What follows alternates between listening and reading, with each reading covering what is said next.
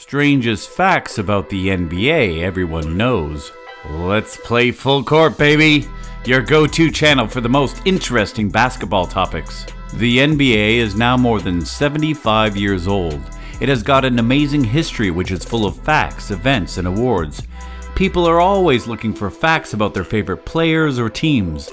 There are thousands of facts which are all over the internet. Here are some of the strangest facts about the NBA that you might know about. The Miami Heat used to play in the Western Conference. As we all know, the Miami Heat now are in the Southeast Division in the Eastern Conference.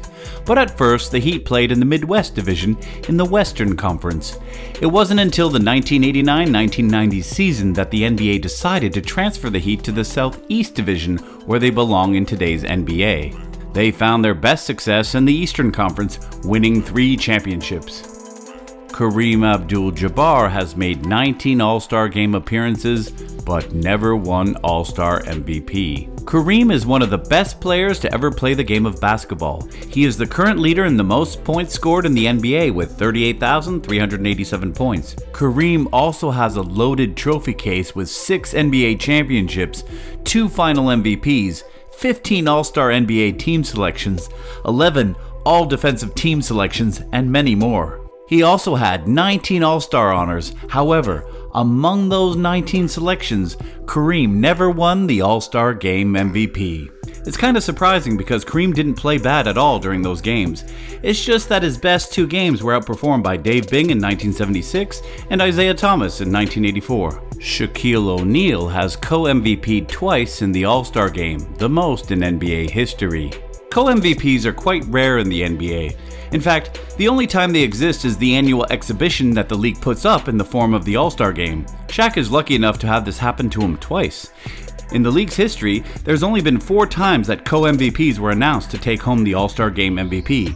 Shaquille O'Neal has won 3 of that same award, and 2 of those were won from those rare occasions. His first co-MVP award was shared with Tim Duncan in 2000, and his second with Kobe Bryant, which also made Shaq the oldest All-Star MVP at the age of 36. Dwight Howard is a better 3-point shooter than Ben Simmons.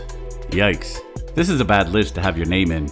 Simmons isn't a shooter. However, his lack of shooting is an aspect critics have told him to work on. Although he has been effective without a jumper, having it in his arsenal would have elevated his stardom further.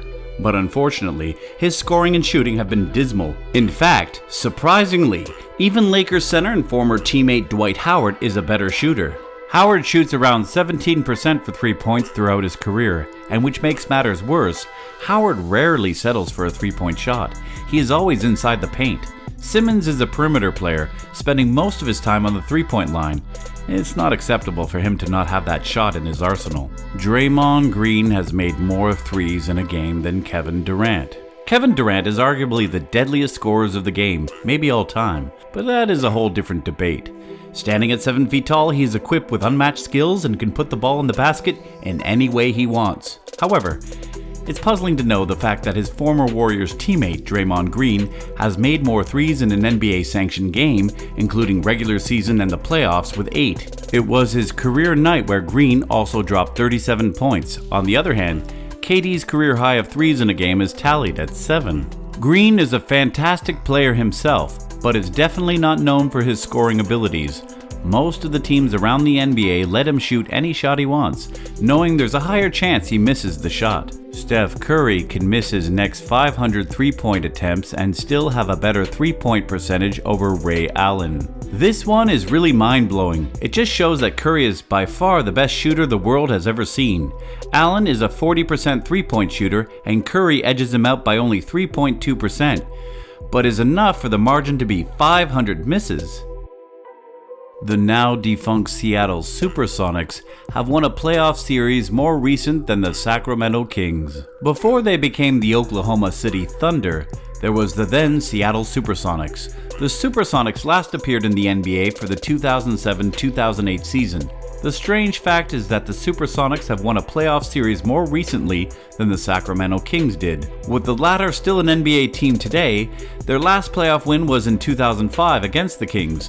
On the other hand, the Kings won their last playoff series in 2004 against the Mavs. Every NBA championship squad from the West is based in Texas or California since 1979. It's crazy to think that among the teams that dominated from the Western Conference, all of them are either from Texas or California. Ever since Western Conference teams like the Los Angeles Lakers, San Antonio Spurs, Houston Rockets, Dallas Mavericks, and the Golden State Warriors have brought home NBA championships, the last Western Conference team not from those states are the Seattle Supersonics in 1979.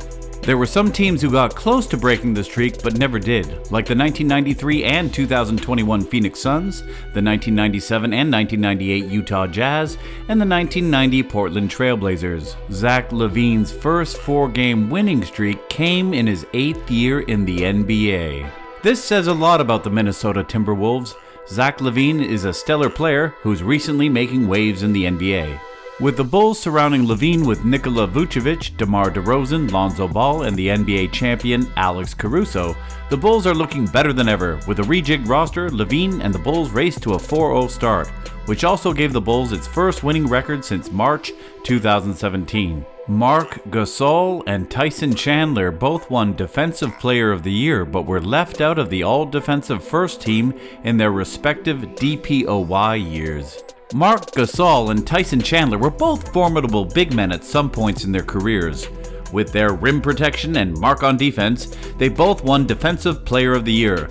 Gasol won his award in 2013, on the other hand, Chandler won it in 2012. However, the common thing between these two centers is how they missed the all-defensive first teams in the same year they won the award. These decisions were very confusing because of the fact that the DPOY is the best defensive player in the season and should be in the first all-defensive lineup, but the lineups are picked by voting, and both missed out having less votes than Joakim Noah and Dwight Howard.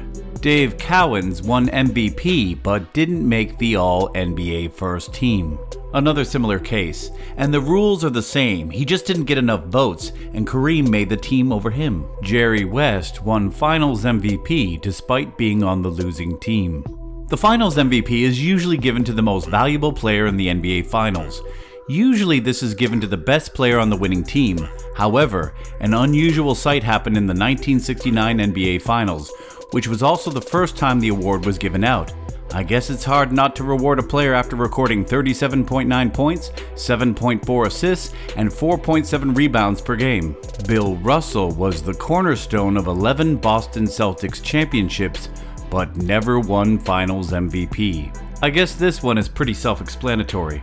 The award is literally called the Bill Russell Award, and they started to give it out after his retirement. Karl Malone is number 3 on the all-time scoring list, but never won the scoring title at any point of his career. Karl Malone is one of the best power forwards of the game. His ability to score in multiple ways allowed him to put together a productive career with 2 MVPs, 14 All-Star selections, and 14 All-NBA team honors. In fact, he is one of the best scorers of the game, given that he's 3rd in the all-time scoring list, just behind Kareem Abdul-Jabbar and LeBron James. Playing in the same era as Michael Jordan really hurt Malone's legacy. MJ stole his championships and scoring titles. Hakeem Olajuwon almost recorded 2 quadruple doubles in 1 month. Achieving a double-double is difficult but highly possible.